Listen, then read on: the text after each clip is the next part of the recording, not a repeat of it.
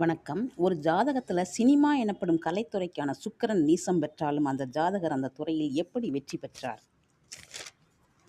இந்த ஜாதகத்துல வெறும் சுக்கிரன் நீசம், நீங்கள் சினிமாவுக்கு லாயக்கில்லை என்று எடுத்த எடுப்பில் சொல்லாமல் ஆராய்ந்து கூறும்போதுதான் ஜாதகரின் வெற்றி உறுதிப்படுகிறது. இந்த இடத்துல ஜாதகருக்கு பூர்வ புண்ணியம் உதவி செய்யுது. கும்ப லக்னம் ஜாதகருக்கு மிதுனம் 5ஆம் இடம் பூர்வ புண்ணியம். மிதுன அதிபதி புதன்.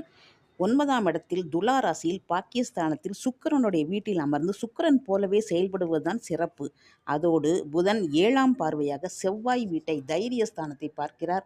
இன்னொரு செவ்வாய் வீட்டில் விருச்சிகத்தில் சூரியன் குரு, அது 10ஆம் வீடு தொழில் ஸ்தானம். அந்த 10ஆம் வீட்டை கும்ப லக்னாதிபதி தொழில் காரகன் சனி 10ஆம் பார்வையாக பார்ப்பது இன்னும் சிறப்பு.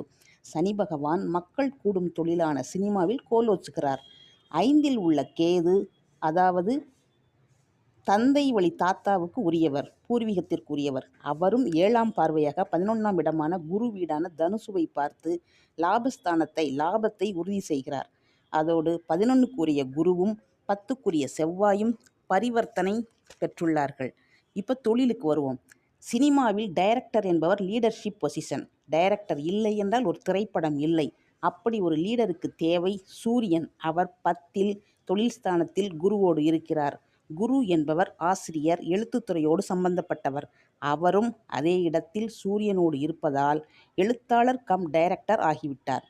அதோடு 7ஆம் இடம் களத்திரஸ்தானம். களத்திரம் கணவன் மனைவிக்கு மட்டுமல்ல, கூட்டு தொழிலுக்கும் உகந்தது. அந்த 7ஆம் இட சிம்மாதிபதி சூரியனின் வீட்டையும் சூரியனையும் லக்னாதிபதி சனி பார்க்கும்போது மக்களுக்கான தொழிலில் அவரால் வெற்றி பெற முடிந்தது. ஜனனி ஜென்ம சௌக்கியானாம் வர்த்தனி குலசம்பதம் பதவி பூர்வ புண்ணியம் லிக்கியதே ஜென்ம பத்ரிகா என்ற ஸ்லோகத்தில் உள்ள பதவி பூர்வ புண்ணியம் என்ற வரிகளும் பூர்வ புண்ணியத்தையே வலியுறுத்துகிறது. ஆகவே சுக்கிரன் நீசம் என்றாலும் பூர்வ புண்ணியத்தில் ஏதாவது பலன் உண்டா என்று நாம் ஆராய்ந்து பார்த்துதான் ஒவ்வொரு ஜாதகத்தையும் அவருடைய பலன்களையும் நாம் முடிவு செய்ய வேண்டும். இது போன்ற விவரங்களுக்கு என்னுடைய வாட்ஸ்அப் எண்ணில் நீங்கள் தொடர்பு கொள்ளலாம். நன்றி, வணக்கம்.